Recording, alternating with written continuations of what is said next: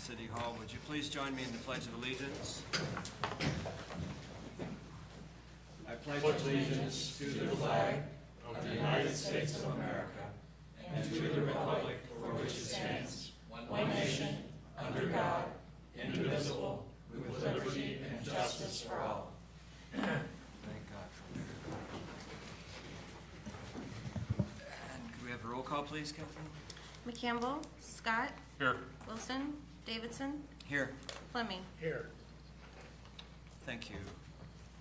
Thank you for joining us with the pledge.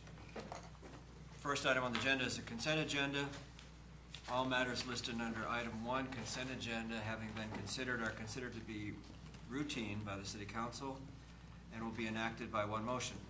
There'll be no separate discussion of these items. If discussion is desired, that item will be removed from consent agenda and will be considered separately. On the consent agenda this evening, we have finances and miscellaneous, minutes of previous meetings, payroll, and city claims. Beer, liquor, wine, and cigarette licenses, reports, and bonds. A number of resolutions. First is a resolution approving various nuisance abatements for various properties.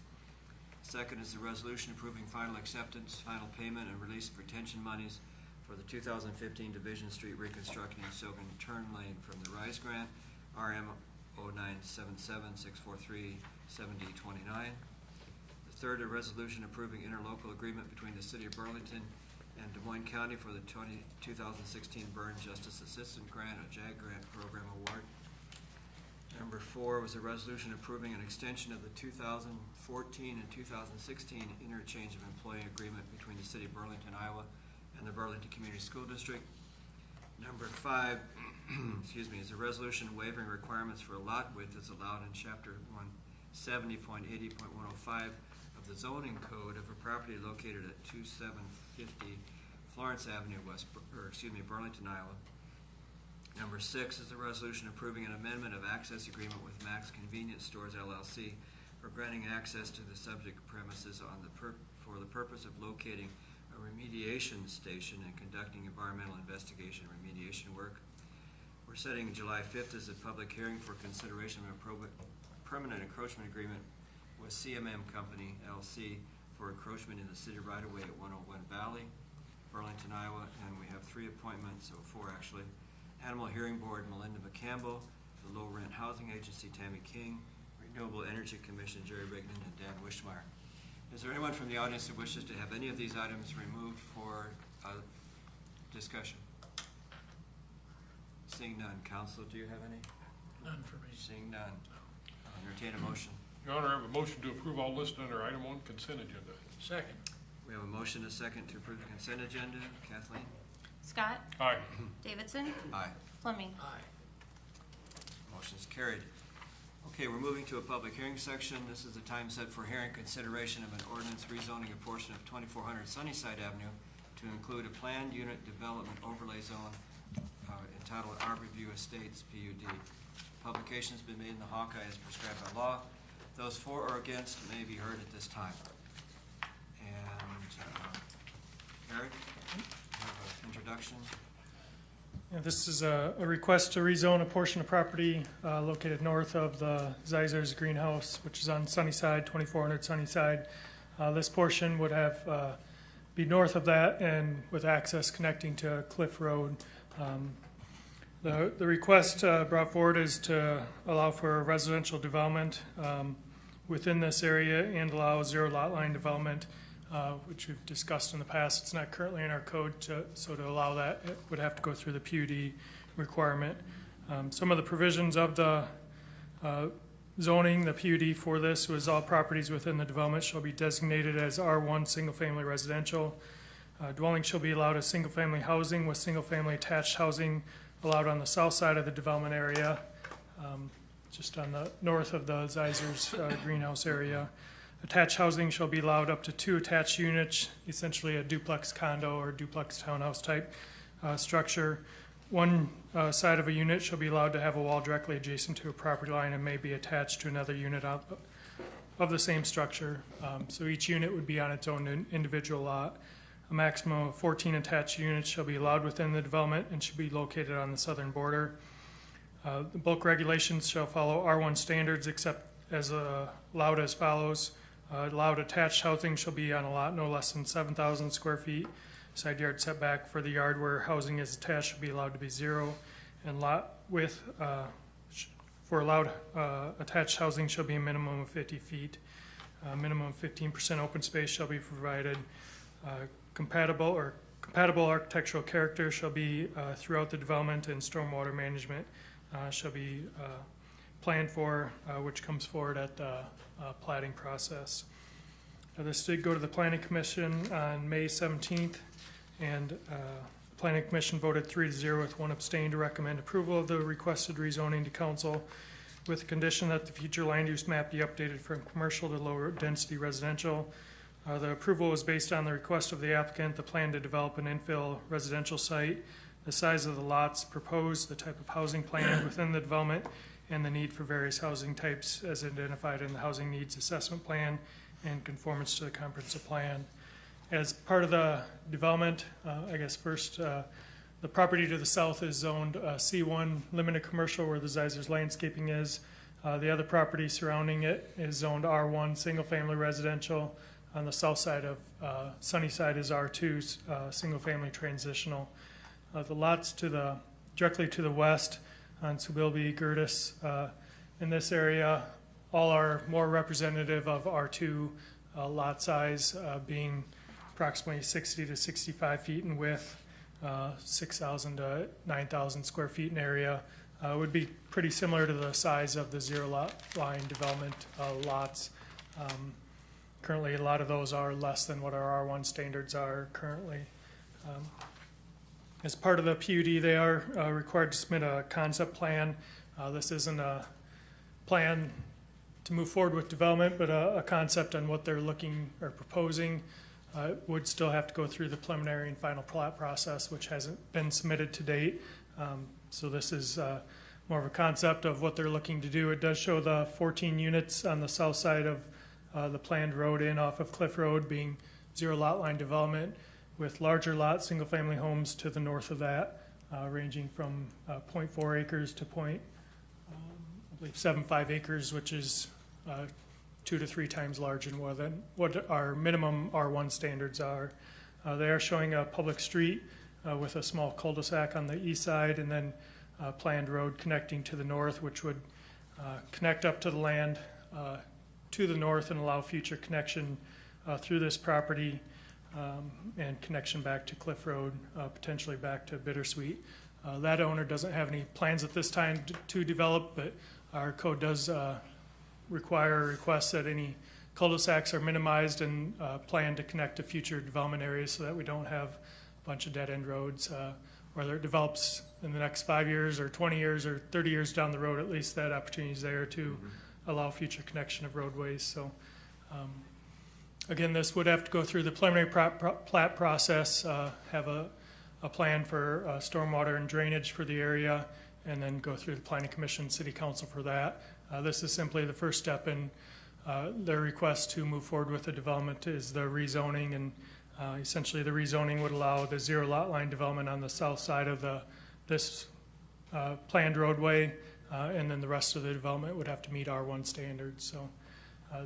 This could shift in how it's laid out or number of lots based on that preliminary plat, but this kind of shows what the possibility could be for this area. Council, you have any questions for Eric? What's that, what are they showing as front and rear yard setbacks? I can't make this out. It would have to, unless it's amended in our PUD, it would be 30-foot front yard and 25-foot rear yard, 7-foot side yard, which is the R1 standards. And we didn't amend that in the PUD other than the zero lot line side yard development. That would be the only The only setback exception through this PUD is the side yard having zero lot line where the houses are attached. Everything else would meet R1 standards. And the crucial thing to me is all these zero lot liners would be fronting his own property. Yeah, he talked about a plan to have a landscape buffer on the south side, but it's all adjacent to his property, and he would retain this property with access out to Cliff Road as he has now, so. That'll be a nice deal. Is there anyone from the audience that has comments or questions?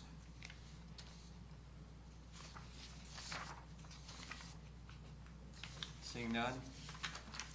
We have a motion to close. Have a motion to close, Your Honor.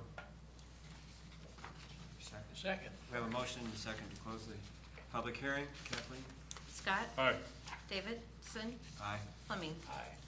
Your Honor, a motion for preliminary adoption of the first reading of an ordinance rezoning a portion of 2400 Sunnyside Avenue to include a planned unit development overlay zone, Arbor View Estates PUD. Second.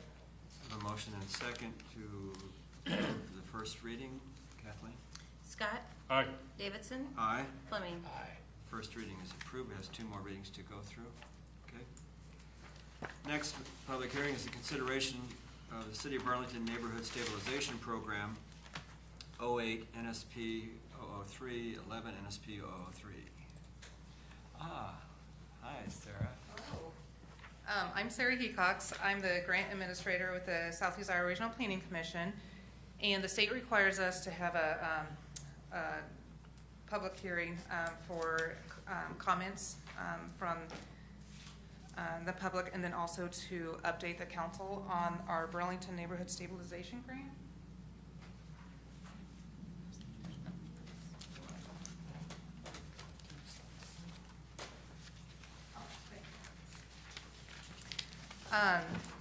So for those of you who were on council when this was applied for, Burlington has received 2 NSP grants. The first one was in 2008 in the amount of $609,500.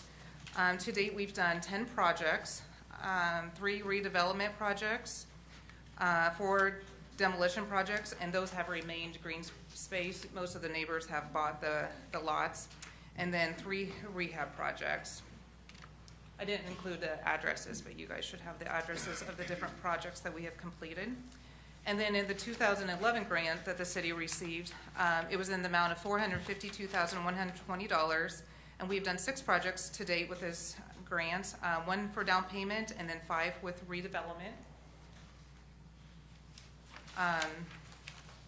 And then 25% of the funds have to be spent to households at or below 50% of the median income for Des Moines County, and the remaining amount of the funds have to be spent to individuals at 120% of the median family income. When a property sells, the funds go back into the fund, and they just kind of revolve until all of them have been spent. So that is why you will see we've spent more than the grant funds. Out of 2008, we've spent today $891,820 on our projects, and in the 2011 grant, we've spent $589,607 on the projects. And the city still has some funds in both of the grants, so we've been working with staff to see what they want to do, a redevelopment or rehab. So we have a couple possibilities that we are working on with them. The next slide shows the boundaries of the 2 projects. The one on the left is the 2008 grant, and then the one on the right is the 2011 grant. And then the next couple slides show some of our before and after pictures. This is a project we did at 703 Summer Street, tore down a multifamily unit and put up a single family dwelling. 1400 South 13th Street, we tore down a house and put up another single family dwelling. This was a rehab that we did at 805 8th Street. And then that's another one. That was a house that burnt, and then the city had torn that one down. We built a new house at 2112 South 3rd Street. That's all I have. I didn't know if there was public comments, questions from the council. I like the program. Thank you, Sarah. Anyone from the audience have a question or comment? Council? Good job. Thank you, Sarah. Welcome. Thank you, Eric. Appreciate it. I have a motion to close. We have a motion to Second. close the public hearing in a second. Kathleen? Scott, Aye. Davidson. Aye. Fleming. Aye. Motion carried. Your Honor, I have a resolution approving the City of Burlington, Iowa goal-setting report dated June 2nd, 2016. Second. And we had a report from our city manager on this at our work session, but you want to add any comments?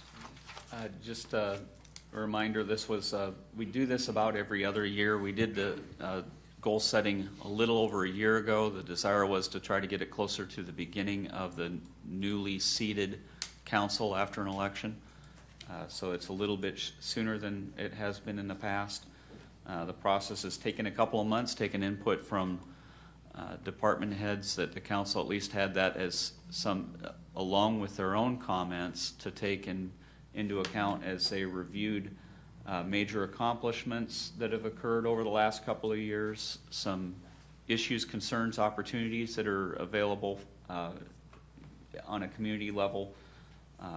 You had the chance to review some of your ongoing commitments, which are outlined within the document.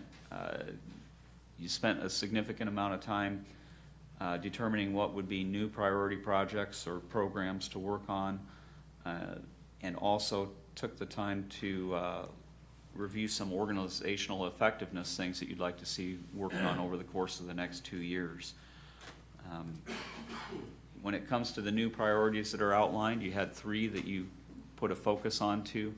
The Cascade Bridge replacement, reviewing a desire to see review of all codes, ordinances performed to eliminate those that are unenforced, to establish policy, determine who is responsible for enforcement. And then the final one, updating zoning regulations to be more conducive to infill development and fit existing development patterns. We've done a little bit of those. The updating the zoning regs, it's been kind of a continual basis. You've had different areas where you've brought things forward. This kind of reflects that the council wants to see that as a continuing objective. The Cascade Bridge is one that's been an issue on past goal-setting sessions, and you see that it's here again. For what the council is bringing forward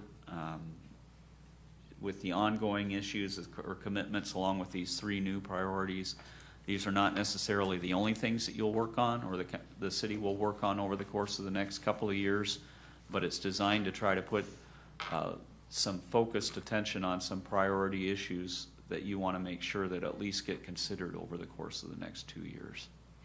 So it's here for you. It's something that you also, I know, expressed a desire to see brought back and make sure that we periodically update as to the progress we've made on this. And I think that's crucial. It's important. Any comments from the audience? Council, you have any comments? I do. I think we've, if you look at the where we've come in the last 4 or 5 years, is really impressive from my view. And I think it's really the ongoing commitment is to hold the course and to make sure that we finish what we started here. And so I think that's my most important priority sitting here. So Amen. yeah. Okay. I think we're ready, Kathleen.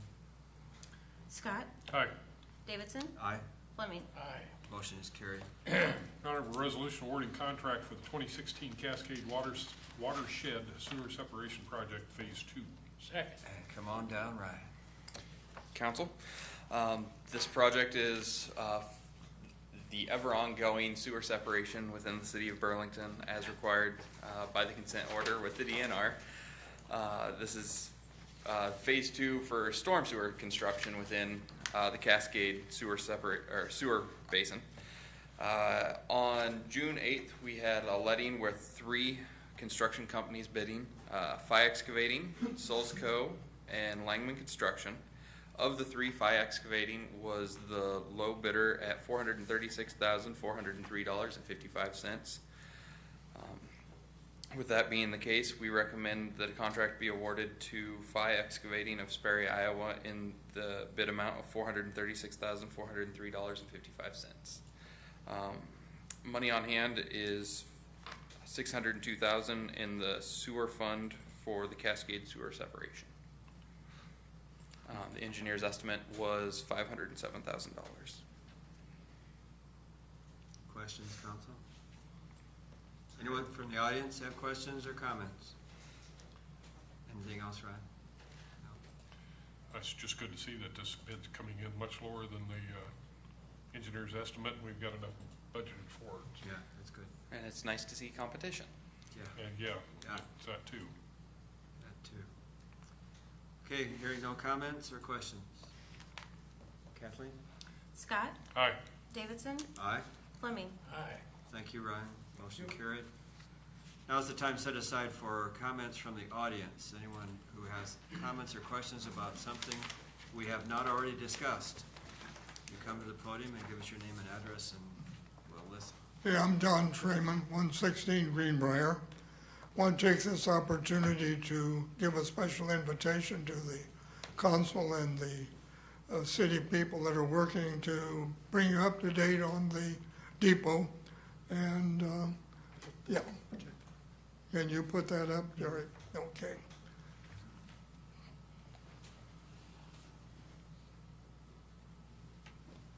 Okay. This coming Saturday, starting at 10:30, going till 3:30, we have a number of things going on down at your depot. The first one that's showing there is a guided progress tour. Cindy Larson from Klingers will be there to discuss what's happening and what will happen for anyone that's interested at 11, 11:30, noon, 12:30. Along with that, starting at 10:30, Civil War Camp, similar to what was done last year, will be down there for a demonstration and explanation. We're hoping that it'll be larger than last year since Kearcut discontinued the program. So Dan Gillette and those that are responsible for asking other people. Also, we'll have the locomotive available for young people at that time, old people if they want. Our experience was not good at having a lot of vendors a year ago. So we've limited it to one, the Van Traegers, Amish, baked goods and lunch serve. So that will be available. It is a fundraiser for the Friends of the Depot because particularly the drapes were not eligible for any of the grant funds that we've received.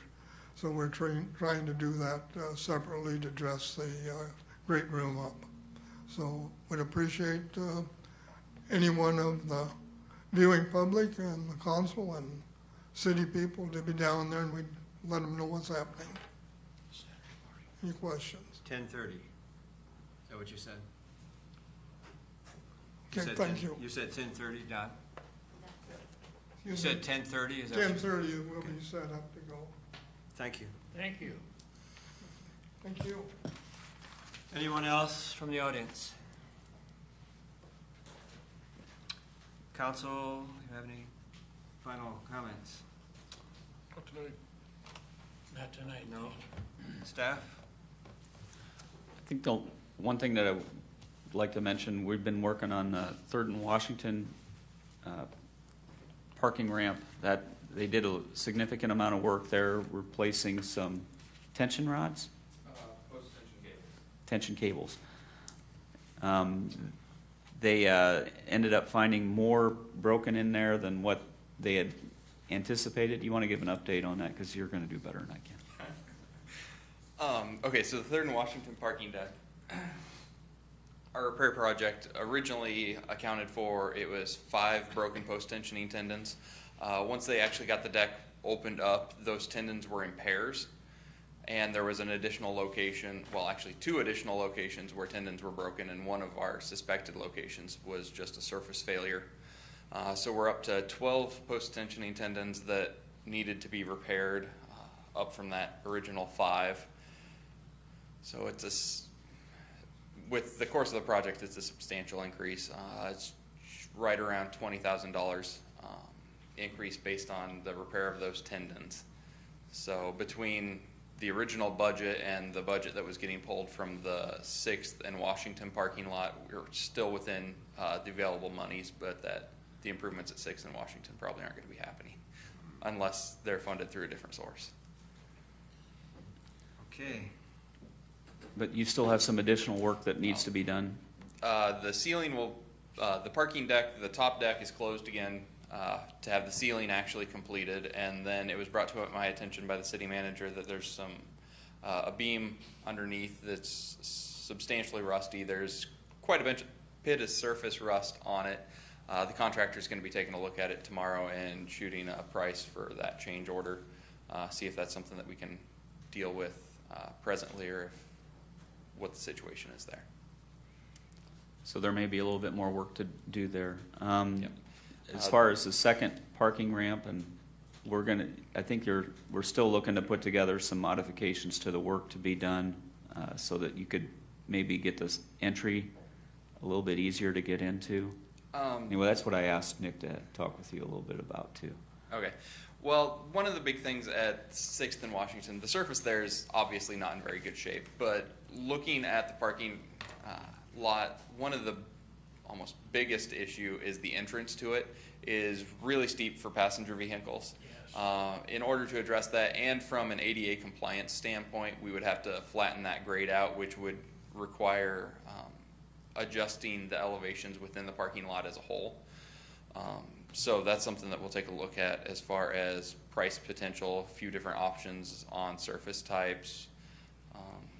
And then there's some potential consideration with a like porous paving green infrastructure project potentially tied with the flood mitigation project.